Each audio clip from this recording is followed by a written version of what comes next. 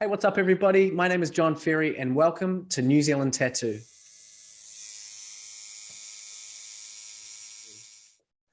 Today, it was my great pleasure to talk to Corey Weir, who's the owner of Three Monkeys Tattoo in the Atatu Peninsula, Auckland, New Zealand. Corey is a blackwork specialist who incorporates Pacifica, Japanese, and Brazilian styles into his work, and you're able to see his work on Instagram under @WeirCorey. It was a really cool conversation for me today, learning about Corey's journey from apprenticing in Japan to moving back to New Zealand and opening his own studio. Make sure you follow his work on Instagram. And if you like this conversation, please do subscribe to the channel and like the video. And also make sure you check out all the upcoming videos and conversations that we're having.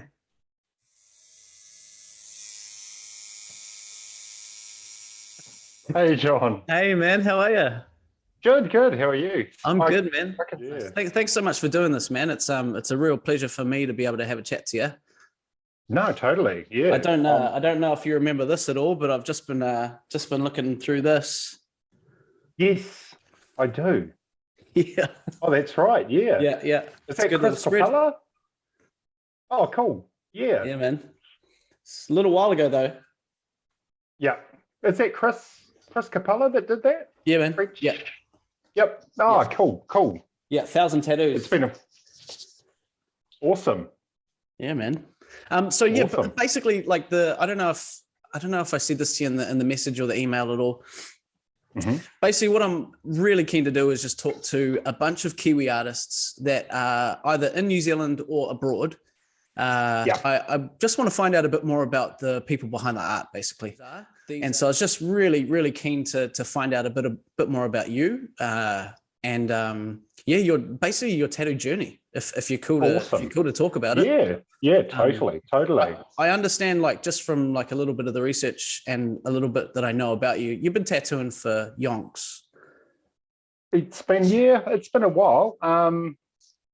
So I mean, I started like officially tattooing like after my apprenticeship. Yeah. In 2002. Cool. Wow. So yeah. So it's been. What about yourself? When did you? I've had like a love-hate relationship with tattooing, as I'm sure like most people do at the start, especially. Yeah, totally. I reckon just over 9 years. Yeah. Yeah. So you kind of dipped in and out in the beginning, and yeah, it's I've been in and out of like the arts since I was 16, like singing in bands and stuff like that. And it's always been the case where I go, I'm going to dedicate my life to it. And then about 6 months in, I go, I don't have any money. I need a proper job. And that happened with tattooing as well. Yeah. So yeah. Well, I can understand that. I think you're probably not the only one. No, everyone that I'm talking to is, everyone's pretty much the same. So like, if I start with like the young Corey, where did you grow up and how did you get into? Were you always quite artsy as a kid?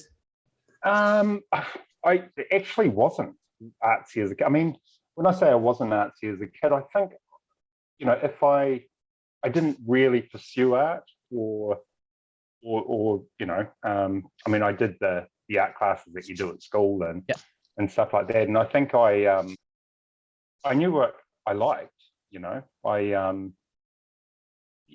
I'd tell people, like, I was the type of kid, for example, that if I had a project to do at school, I would spend all my time doing the lettering on the title page and, and focus all my time on that, and then very little time on the content, but that's about as far as it went. I wasn't super artsy. Yeah. And so as a young person, kind of late teens and stuff, did you just start getting tattooed, or were you, what was the interest in the tattoos? Yeah, I mean, I always was attracted to tattoos, was always intrigued by tattoos. And, growing up in New Zealand, I'm part Samoan, my father's Samoan, my mother's European. So I was occasionally, I would see the traditional Samoan here and on relatives. And I mean, it wasn't probably as common as it is today. Yeah. But there were times that I saw it. So I was always kind of intrigued as a kid. When I would see them, I'd, oh, wow, what's that? Yeah. and just tattoos in general. Yeah.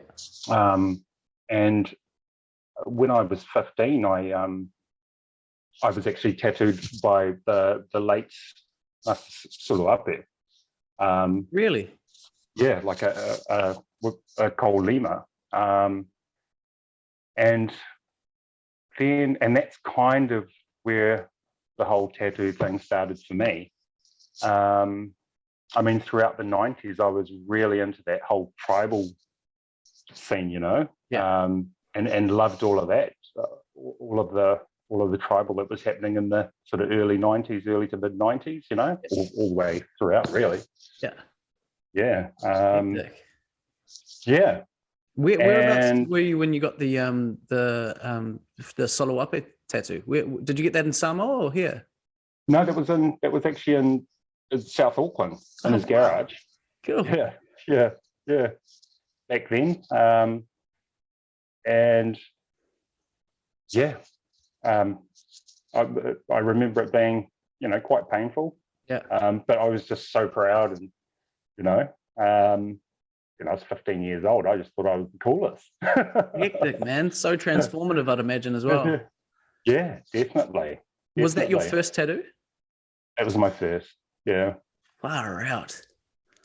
That was my first tattoo. Yeah. But basically, I think from there, I was actually studying Japanese at school, and you know, it was something that I was also quite interested in. You know, I was interested in the culture, and it was something that was quite new, I think, at the time.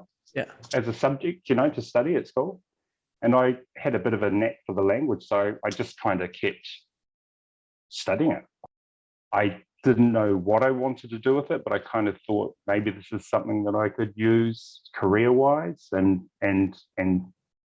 I just didn't really have a clue where I wanted to go with it. But I kind of decided, well, maybe I should go to Japan, you know, where I might have more options. So I think from about 18, 19, I went to Japan. I was already quite heavily tattooed at that stage. You know, I had, you know, with a lot of tribal sort of designs and stuff like that. But when I was in Japan, I was kind of looking for tattooists there, and at the time it wasn't. It was a lot more underground, and you know, there wasn't a lot of tattoo shops that were just sort of open on the road that you walk past and go, oh, there's a tattoo shop. They were kind of hidden. And, you know, you would find out about them through other people, and and I just remember walking into a shop that I found one day in Tokyo, and I met a Japanese Brazilian artist, Jun Matsui. Yeah. And you know, saw the work that he was doing. I was absolutely blown away. It was just like, wow, you know, I'd never seen anything like that, you know. Like just an amazing fusion of Japanese and Brazilian sort of art. No, he does the blackwork only, you know. It was just very bold, tribal sort of style. But I'd never seen anything like it. I was just absolutely blown away, and I thought, wow, this is just awesome, you know. Yeah. You know, so I started to get tattooed by him, and one thing that kind of intrigued me about it was it was the first time that I'd ever heard of an artist that specialized in a certain style of work. Sure. You know, until then I kind of thought that tattooists did a bit of everything. Yeah. You know, and he was only really focusing on that blackwork, and that was the first time that I kind of thought, oh, maybe that would be something I could do, you know, because so that was the first time that I really got the idea of maybe, you know, looking into becoming a tattooer. Amazing. Yeah. So it had never, like, while you were getting tattooed back at home, all your tribal stuff, was there any discussions with any tattooists while you were getting it done about, like, how do they get into it? What, machinery? No, No, really. nothing. Yeah, Crazy. because I didn't really have that art background. I just Yeah. never. It never. I mean, basically, I thought there would be no way I could do that. It was just that these guys are amazing. I mean, I couldn't. There would be no. That's just something I couldn't possibly do. So the thought never ever crossed my mind. So I think that's why when I met John and saw that he was specializing only in this specific style, I thought, well, if I focused and really concentrated on trying to come up with designs and it might be something that I could possibly do, But so did you then just start talking to Jun about getting tattooed by him, or actually like how to get into the tattoo industry? What was the process from there? I think probably about a year or two after meeting John, I kind of hinted that it might be something that I would be interested in looking into doing. And he was kind enough to say, look, if you are serious about that, I can help you out and I can guide you and that would have been a massive confidence boost. Just because it takes balls just to say I'm thinking about tattooing, Exactly, especially when you don't consider yourself very good at drawing, you know what I mean? Crazy. Like I knew what I liked, as far as I would look at designs or I would look at certain things and I knew, wow, I'm into that or I'm into this. Yeah. But it did take a long time before I was able to draw something that I thought was any good. Yeah. Yeah. It just took a long time before I thought, okay, that's kind of okay. So what was it like? What were you drawing? Was it just patterns? What? A lot of that typical sort of neo-tribal sort of style of the 90s, trying to do stuff in that sort of area. Sure. And of course being influenced by all that sort of thing, cool. Amazing. What a cool way to start. I just feel like I was so lucky to be there at that time, when you're just like in the right place at the right time and you think, wow, how did I end up here? It's amazing when you actually end up looking back at it. What sort of series of events? Obviously, you were learning Japanese and then decide to go to Japan, and then I don't know how you found the studio, but you found the right one, obviously. At the time, Jim was working in a studio in Harajuku, which is a suburb in central Tokyo, and he was just looking at starting his own brand, and the brand is actually called Life Under Zen, and it was it was his brand, but he was collaborating with other artists and Japanese tattooists and videographers, and there was a clothing label, Life Under Zen, and just a whole lot of stuff. So it was mind blowing to be around, because there was all this stuff going on that was just so cool. I always admired like all those sorts of entrepreneurs that were kind of getting into multiple facets of a certain genre or style, the tattoos, and then a lot of people got into clothing and skateboarding and and just put their fingers in so many little pies and just went, let's just bring it all. It's amazing. Totally. That's exactly what it was like. Cool. So how long were you tattooing in Japan? 2002. I left Japan and came back to New Zealand in 2008. So 6 years. Wow, cool. And so when you got back to New Zealand, were you into a studio? Did you decide to just go into your own one? Did you link up with some people back here? Yeah, well, actually what happened was, when I was coming back to New Zealand, my mother actually was opening up a hair salon. She does beauty therapy, and she was opening up a salon where she was going to do her beauty therapy. She was going to have some hairdressers, and she sort of said to me, well, why don't you start with me, and we can do a bit of tattooing as well. And I was like, okay, that sounds pretty cool, let's try it. It turned out to be a bit of a long, drawn out sort of process. So in the meantime, I got in touch with Pip, who used to work at Outrageous Tattoo. Yeah. Paul Peachy's shop in Balmoral. Okay. And they were, kind enough to let me have a chair there. And Cool. so I worked there for just over a year, I think, while I was kind of trying to sort out the studio at my mother's shop. Cool. And that shop that your mum opened, is that the one that's in Atatu? Yeah, that's one that's in Atatu. Amazing. Yeah, so basically I've been there ever since, because I actually met you there. Yeah. Years ago, right? Yeah. Yeah, when you popped by. Yeah. Yeah, man. Yeah. Yeah, I So think that would have been a good. How long ago was that? Probably about 8 years. Definitely. Yeah. Definitely. I was going to say about 10. I remember getting tattooed by a German guy called, I think he calls himself Dr. Pete.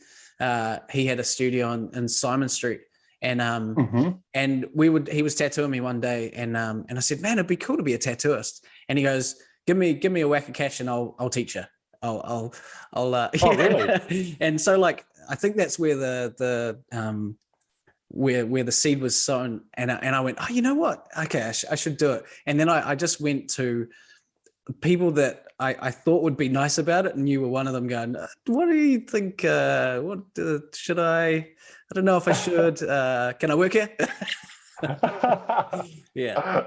Oh, wow. Yeah. Wow. Dr. Pete. Yeah, so I can't remember his last name. Like, his Instagram handle was Dr. Pete, or it was Pete. Yeah, he's a German fella, Pete. He had, from memory, it was called Uptown. There's an Uptown up in Matakana. Yeah. I'm not too sure where Pete is now. He might be back in Germany. I'm not too sure. Yeah. Anyway, we digress. So, like, when you started establishing Three Monkeys, did you start finding your groove as soon as you kind of went out on your own? Yeah, I mean, it was definitely prior to that I was always into the blackwork. I think the Polynesian infused side of it became stronger and stronger after I came to New Zealand. Yeah. And, for obvious reasons. I mean, there's such a strong influence, and with being Samoan myself, I mean, there's always been that part of me too. Yeah.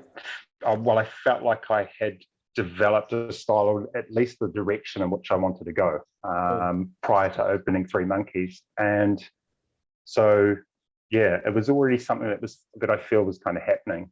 And when I opened Three Monkeys, I mean, I was only and have only really done blackwork. What's it like sharing a space with your mum? Obviously working. Yeah. No, it's been really good. I mean, I quite like the atmosphere because because there are other things happening.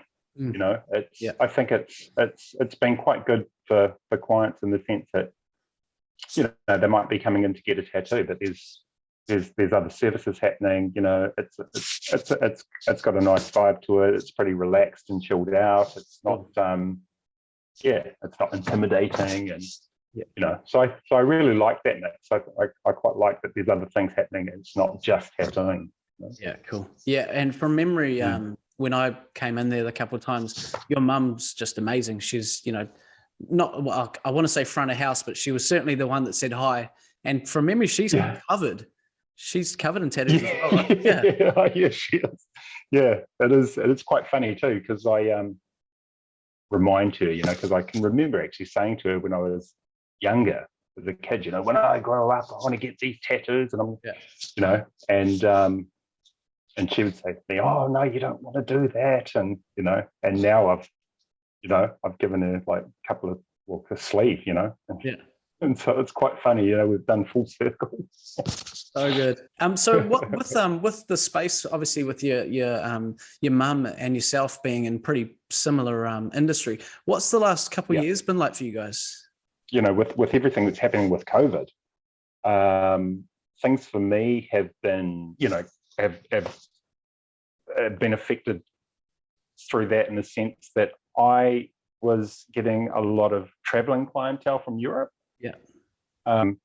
So the past couple of years, I've noticed a huge difference with that, because I'm just not getting that clientele anymore, obviously.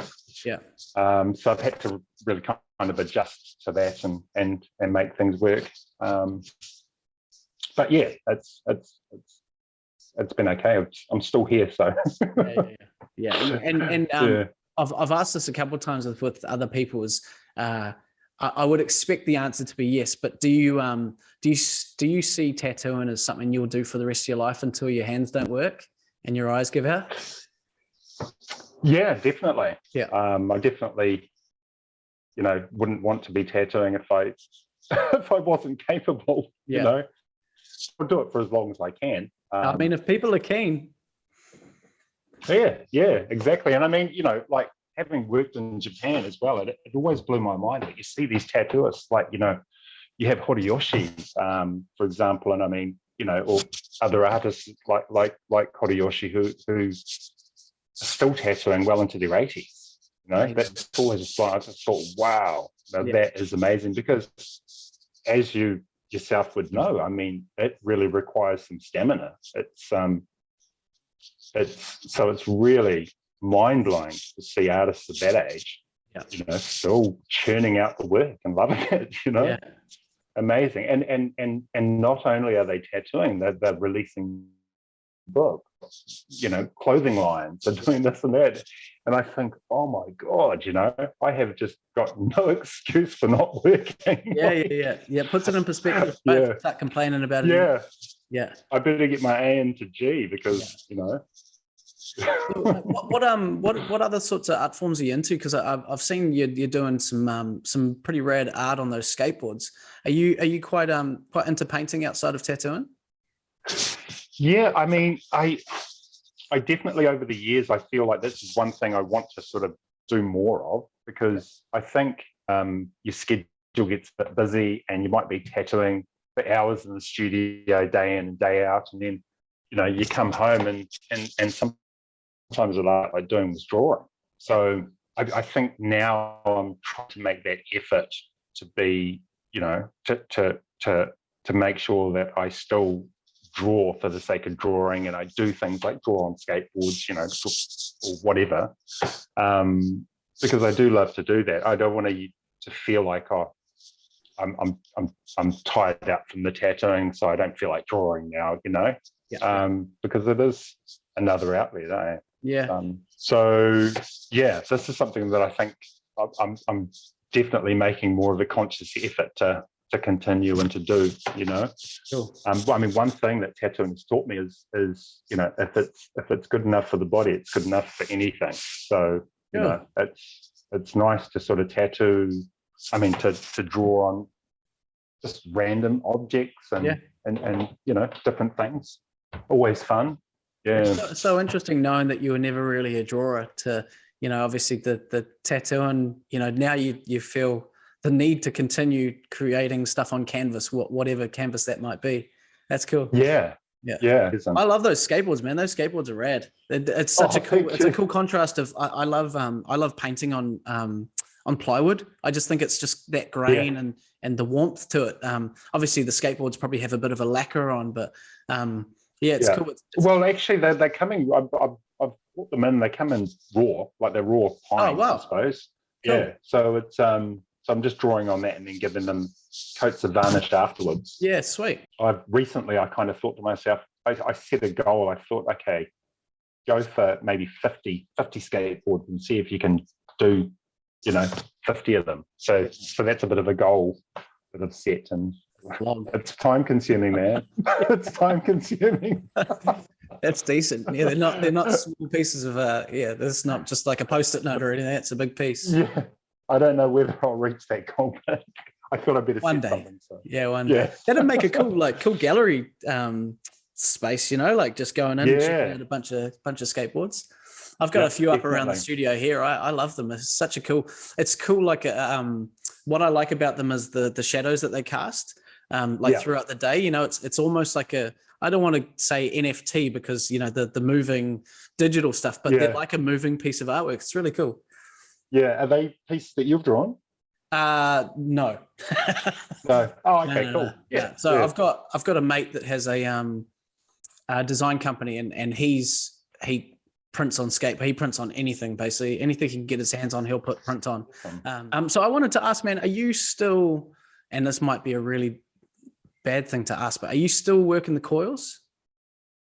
Well, funny you asked that, because actually recently I've been working the pen type style rotaries. Yep.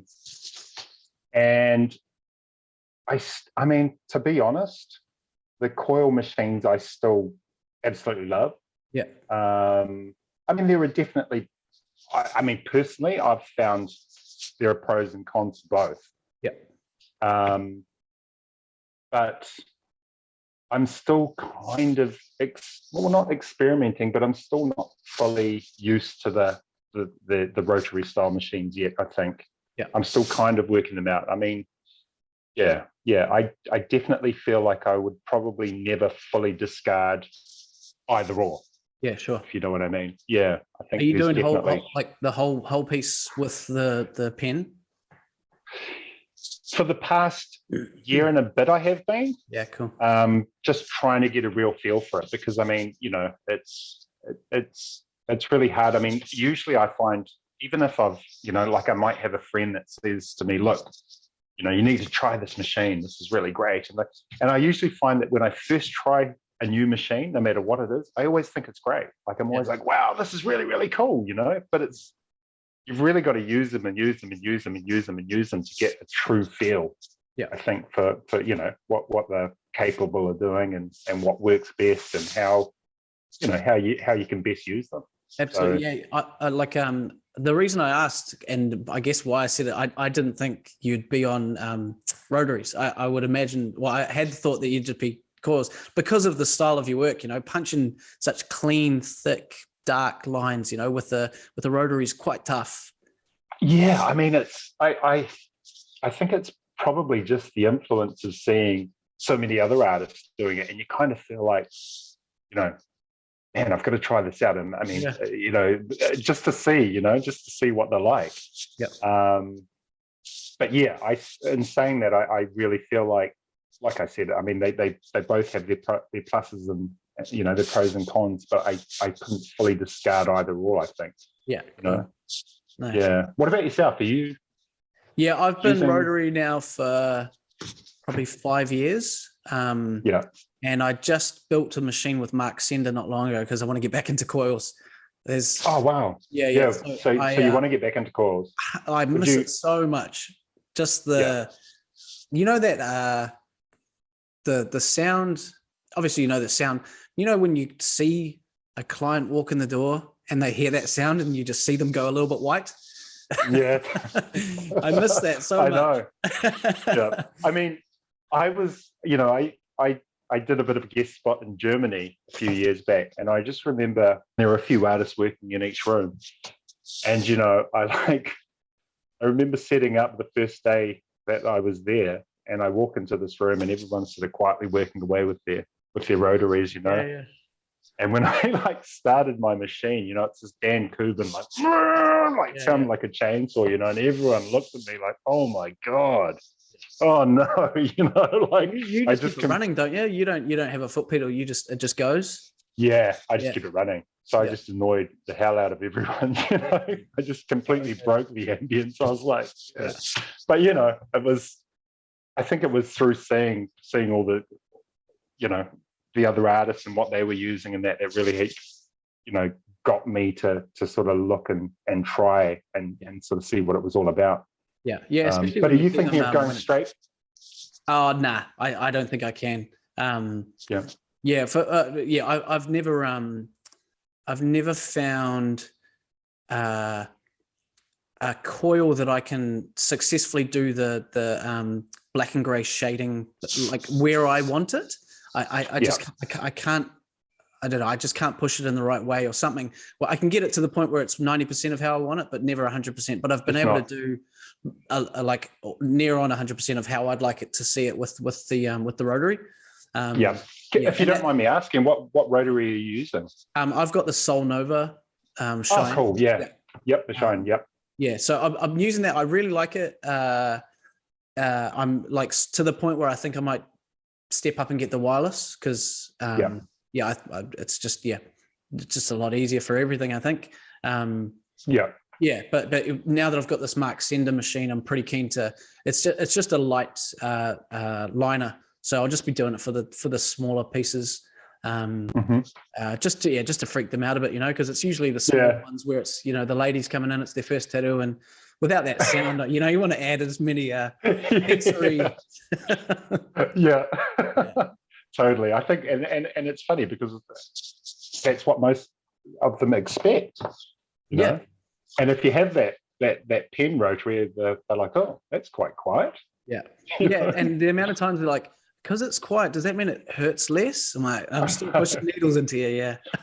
Yeah. I was going to ask, like, you've seen, guest spotting in Germany. I would imagine you've been through a few places in Europe, as well as Japan and New Zealand. You must have seen a lot of change happen. What are your views on kind of where your industry is at the moment? When I think about, what tattooing was like, say, back in the 90s, I wasn't obviously tattooing then, but I was into it. And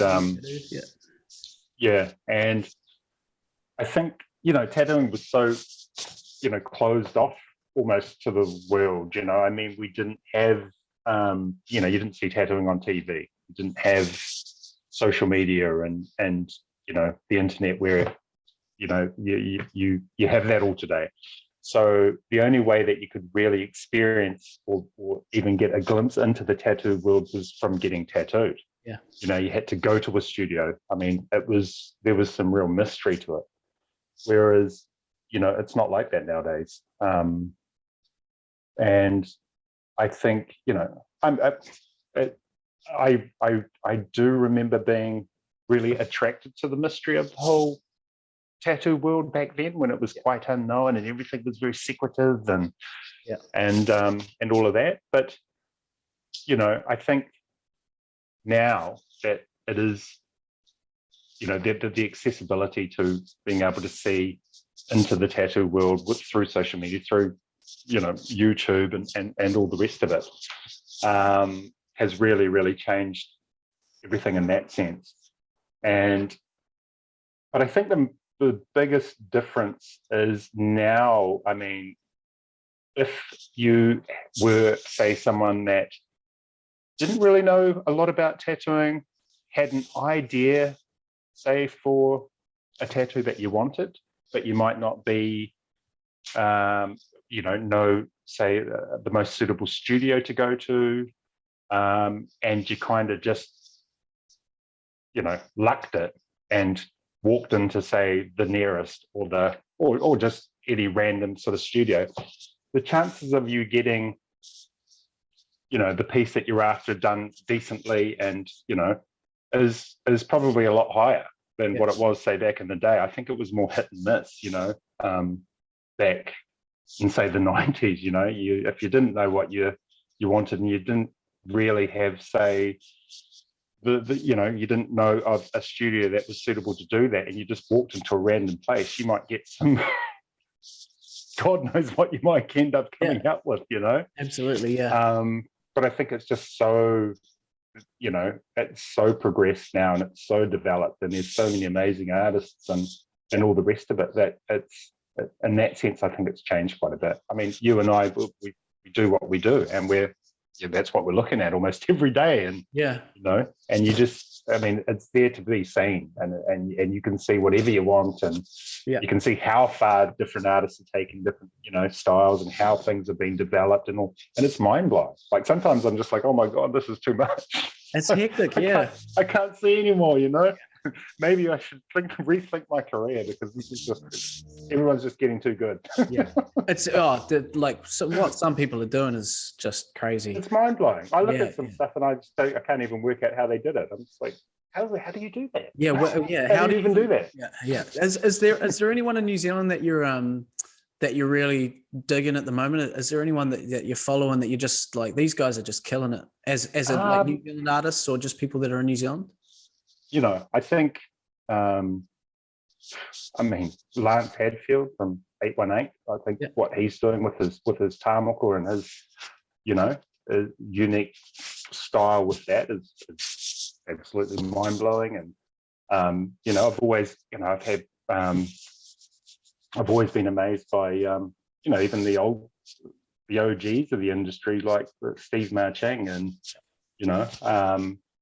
so, I mean, I think across the board that there's just so much inspiration and out there. And like I said, it's so easy to become overwhelmed because it's just taken to the next level by everyone, Yeah.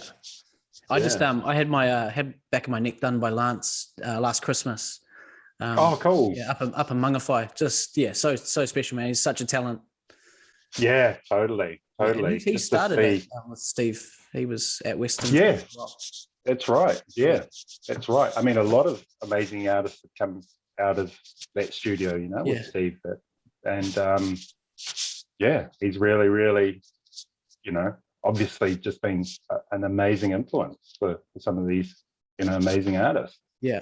And what a staple for West Auckland having that studio. It's amazing. Yeah. Totally. I actually tried to touch base with him to see if he'd be keen on this. He's like, I can't do video, man. I'll just say too much shit and get in trouble. One day, hopefully. Yeah. I've got a really crisp memory that I don't know if it is a memory or like an actual thing or not. But my brother, who's 10 years older than me, I remember going with him, and I swear it was Western Tattoo when I was 10 years old. Walked up the stairs into the shop and saw Steve. And I just remember that just the smell just hit me, and I was hooked, man. It was just amazing. Yeah. So I mean, I don't want to take too much more of your time up, man. This has been sensational. No. Before I let you go, I have to ask about Ben Harper and what that connection is. I mean, it's not actually through tattooing. I didn't think it was. Yeah. You guys look like brothers. Oh, yeah. A lot of people said that. It was quite funny. But I mean, it's funny because what happened was for my birthday, a friend that I was working with I was a big fan of Ben Harper, and a friend of mine got me a ticket to go and, to go to his concert. Sure. So we all rock up to the concert. We're, right up the front. And, I mean, in Japan, I mean, you usually, as a Westerner, you're a lot taller than everyone else, and, covered in tattoos and all the rest of it. And we're right down the front. And anyways, the next day we were back at the studio, and we were just all buzzing about how great this concert was, and we were playing the music, and all of a sudden him and his band just appear. They must have heard the music playing, and they sort of saw us, came into the studio, and they remembered us from the night before, and they said, "Wow, you guys were there last night," and we were like, yeah. And so he gave us he said, "Look, we're going to be doing, several shows, come to the show tomorrow," and blah, blah, blah. And so we did that. And then after they finished the show, they came back to our studio, and it was amazing because, I mean, I'm a huge fan. And so to like hang out and, get to like spend that time with Ben Harper and the whole, we were just like blown away. I was just like, wow. This is amazing. So that's where all those photos and that came from. Crazy. So that long ago, when you're in Japan. Wow. Yeah. So it was actually 2007, I think. Cool. When that all went down. But I think Gordon Toy did his tattoos. So right? Did he have his moko on his arms? Yeah. He did. Yeah. He had all that then. And I think at the time he was pretty much his whole upper body was done, and he sort of was saying that he was thinking about possibly going to his legs. I was like, wow, awesome, man. Yeah, that's amazing. Yeah. Wow, what a cool story. Yeah, I had a funny feeling that it had nothing to do with tattooing. I thought it was like a just a doppelganger sort of thing. He's like, someone's like, we have to take you on tour so you walk the streets, you get mobbed rather than him. Yeah. So good. Cool, man. Well, yeah, I mean, as I said, I don't want to take too much of your time up, man. I really, really appreciate having a chat with you. I was going to say, I mean, when we do get out of lockdown, we need to catch up and have a beer or something. Absolutely, man. Yeah, definitely. Yeah, I'd love that. Yeah. Yeah, it would be really, really cool. And it looks like you got a really nice spot there, bro. Thanks, man. Yeah. Oh, man, at any stage, if you're ever out these ways out west, pop in. I'm always here. Yep. It's like I've got a couple kids, but whenever I can get away, I'm here. Cool. Awesome. Well, we'll definitely touch base and cool, bro. and yeah, catch up. Awesome, Corey, man. Thank you so much for this, man. No, thank you, John. That was man. awesome, bro. Talk to you soon. Awesome. Okay, brother. See you, bro. Take care, eh?